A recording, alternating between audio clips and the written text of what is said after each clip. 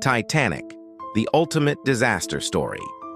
When hubris met ice, 1,500 lives and 200 million lost in history's most preventable tragedy. The champagne had barely stopped flowing from her maiden voyage celebrations when RMS Titanic became history's most infamous tomb. But here's what they don't teach you in school. This wasn't just a shipwreck. It was the violent death of an entire era, wrapped in a conspiracy of negligence that reads like a thriller novel. The ship that couldn't sink until it did. Picture this: April 10th, 1912. The world's largest moving object slides into the Atlantic, carrying not just 2,224 souls, but the concentrated wealth and power of 3 continents. The Titanic wasn't merely a ship, she was a floating city of secrets, carrying industrialists who controlled America's railroads, British aristocrats fleeing scandal, and immigrants clutching life savings that would never see Ellis Island. But here's the first hook that will chill your blood. Captain Edward Smith, the millionaire's captain, had already decided this would be his final voyage before retirement. He was literally going out on what he believed was an unsinkable ship. The irony wasn't lost on him when, 4 days later, he would go down with her, becoming the face of maritime tragedy. The passenger manifest that read like a who's who of power. Among the first-class passengers was a roster that reads like a conspiracy theorist's dream. Benjamin Guggenheim, mining magnate worth $95 million in today's money, dressed in his evening finest as the ship went down, reportedly saying, "We are prepared to die like gentlemen." But why was he really traveling to Europe? Recently discovered letters suggest secret business dealings that died with him in the North Atlantic. Then there was Isidore Straus, owner of Macy's department store, traveling with his wife Ida. Their love story became legend when she refused a lifeboat seat, choosing to die beside her husband. But Straus wasn't just a merchant. He was a former congressman with connections to the Federal Reserve discussions happening in Washington. His death removed a key voice from America's financial future. The most intriguing passenger? Colonel Archibald Gracie IV, who survived to write the first definitive account of the disaster. But Gracie's story hides a darker truth. He wasn't supposed to be on the Titanic at all. A last-minute business meeting had kept him in Europe, and he booked passage only because he missed his original ship. That twist of fate made him history's most important witness to one of its greatest tragedies. The treasure vault beneath the waves. What sank with the Titanic reads like a treasure hunter's fantasy. Conservative estimates place the lost wealth at over $200 million in today's values, but that number barely scratches the surface. The ship's cargo manifest listed everything from fine automobiles to cases of rare books, but the real treasure was in the passengers' personal effects. Eleanor Widener carried with her a first edition of Francis Bacon's essays, worth millions today. The Countess of Rothes had jewels that included a sapphire necklace once worn by Marie Antoinette. But the most mysterious cargo?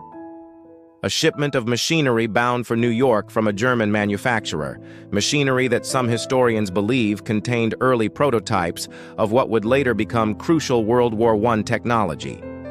The ship's strong room contained an estimated $7.5 million in gold and silver, over $200 million today. But here's what's haunting. Much of this wealth was being moved by families fleeing Europe's growing political tensions. They sensed something coming, something that would indeed arrive in the form of World War I just 2 years later. The conspiracy of errors that sealed their fate. The real tragedy wasn't the iceberg. It was the cascade of human failures that turned a survivable collision into history's most famous disaster. The ship's designer, Thomas Andrews, was aboard for the maiden voyage.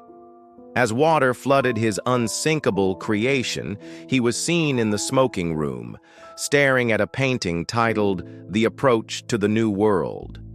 He never made it off the ship, but his last words to a steward were chilling. "She's made of iron, sir. She'll hold." But here's the conspiracy that maritime historians whisper about. The Titanic was carrying outdated flares. Instead of the white distress flares that other ships would recognize, they carried white company flares that nearby vessels mistook for celebration fireworks. The SS Californian, just 20 miles away, saw the lights and thought Titanic was having a party. Captain Smith had received 6 ice warnings that day. 6.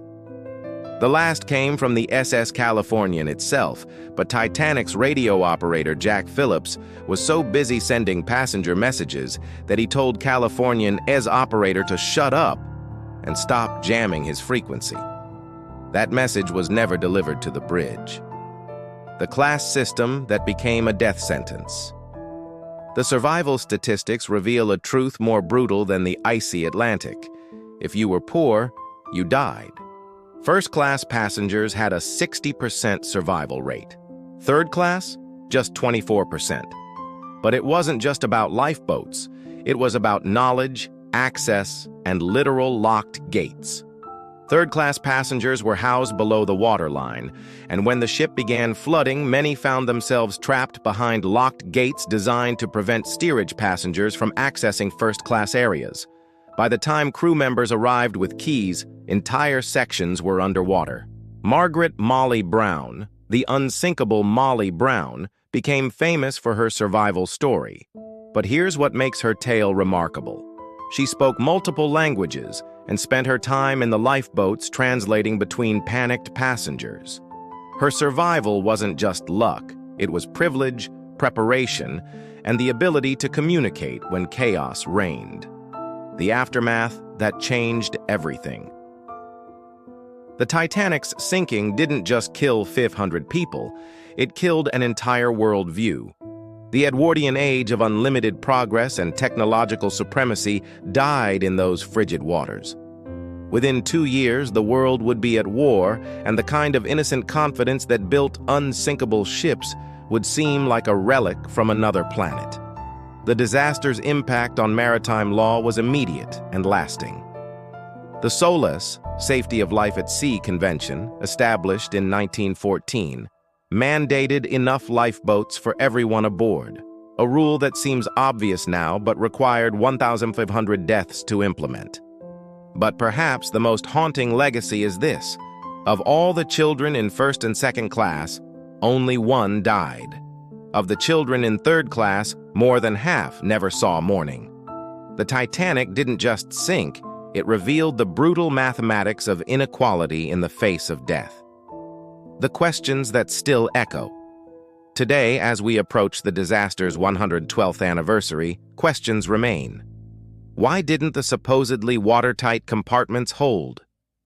Recent expeditions suggest the rivets were substandard, made of iron instead of steel to cut costs. The unsinkable ship was literally held together by the maritime equivalent of safety pins. And here's the final chilling detail. The Titanic broke apart not when it hit the iceberg, but as it sank, the stress proving too much for her compromised construction.